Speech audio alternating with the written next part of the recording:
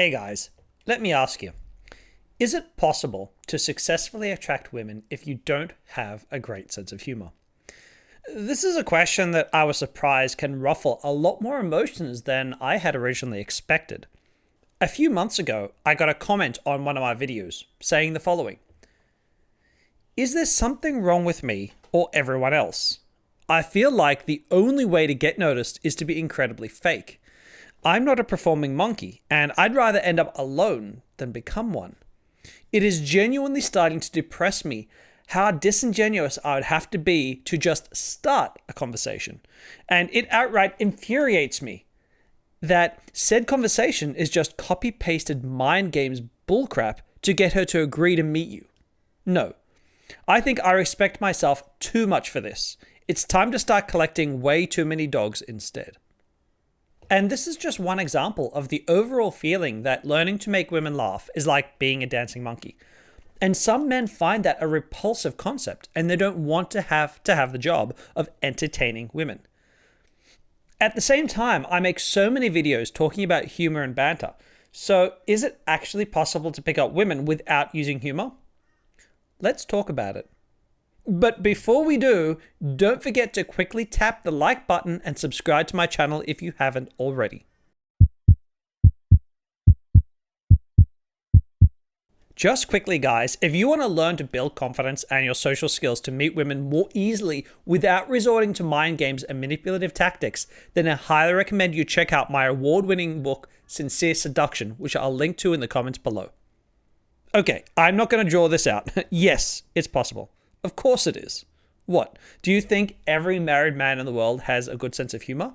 Absolutely not.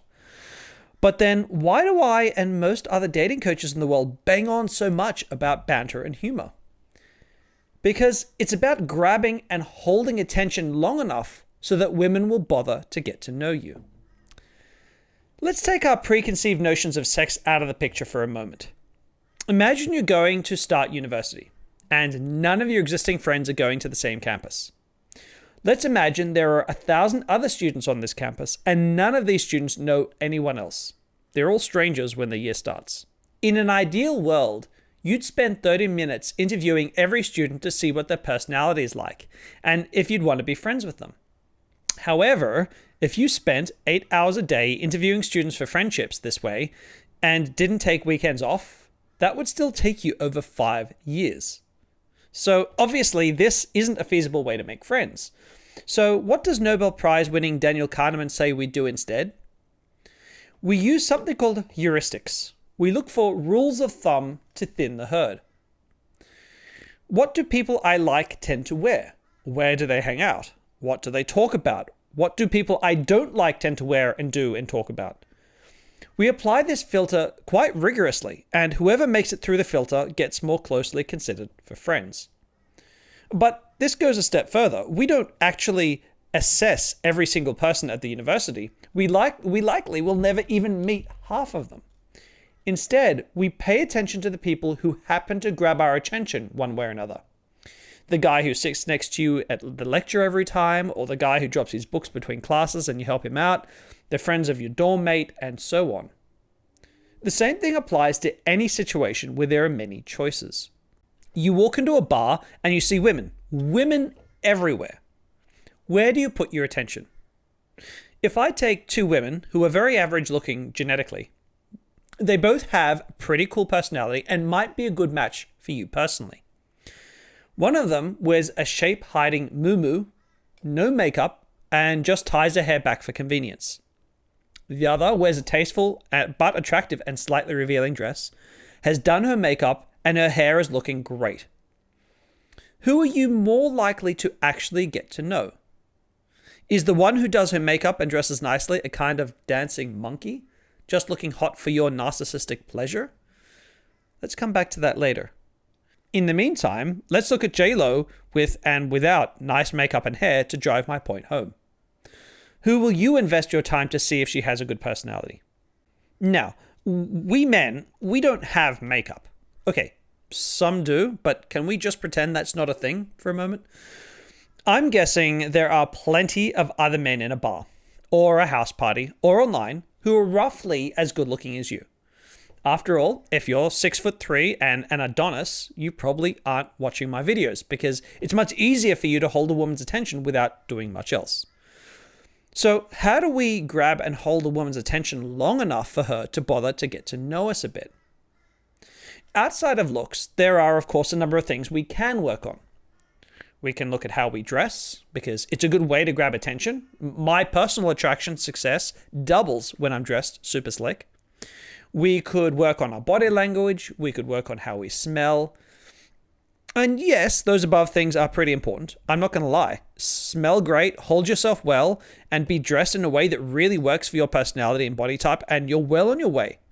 I'm not joking when I tell you that a difference my clothing makes in how women react to me is huge. But one form of value that convinces a great many women to give you more time to get to know you is fun. Is their interaction with this man fun? Or is she starting to feel bored quickly? Is the interaction starting to get awkward with long, extended, uncomfortable pauses? Or is it all good because she's busy recovering from laughing? Okay, I hear you say, but aren't you then just being a dancing monkey? Telling jokes to make her laugh as a form of payment for her time? Well, this is very much a matter of how the situation is framed in your mind. Picture two men. One man starts learning to attract women. He focuses on banter so that he can make women laugh because he wants women to like him and needs to make them laugh to accomplish that. When he approaches women, he's focused on trying to get her to laugh. That way, he'll know she might like him back. The other man starts learning to attract women. He knows banter works well with women, but more than that, he just wants to have fun himself. If he can approach any woman and at least keep himself entertained, then regardless of whether women like him or not, he's having a good evening. The first man is far more likely to look and feel like a needy entertainer, making jokes for her benefit. The second man is keeping himself entertained, and many women will be entertained along with him. Not all of them, of course, but that's okay because at least he's having fun. He's not a dancing monkey. He's just a guy taking care of his own needs for a fun night out. Remember I talked about women donning makeup and nice clothing? There are women who dress up in the sole hope that men will notice them, and there are women who dress up so that they themselves feel sexy. You may not have ever consciously looked at this before, but next time you're out, ask yourself, when you see a woman, is she needing men to look at her, or is she dressed so that she herself feels sexy? Which of the two kinds of women are you finding most appealing? So, to the men who don't want to learn banter skills and make women laugh, maybe see the value in learning to make yourself laugh. Laughter is very good for us emotionally, even with no women involved. I'd argue anyone who thinks they don't have a sense of humor is likely shielding themselves from something emotionally and would benefit from seeking some support. But for the men who don't want to learn that either, and that's okay, but you're going to need to find alternative ways to grab attention early on. For starters, maybe avoid high energy environments where fun is considered the most important asset. Build an online dating profile that shows an interesting life to grab her attention.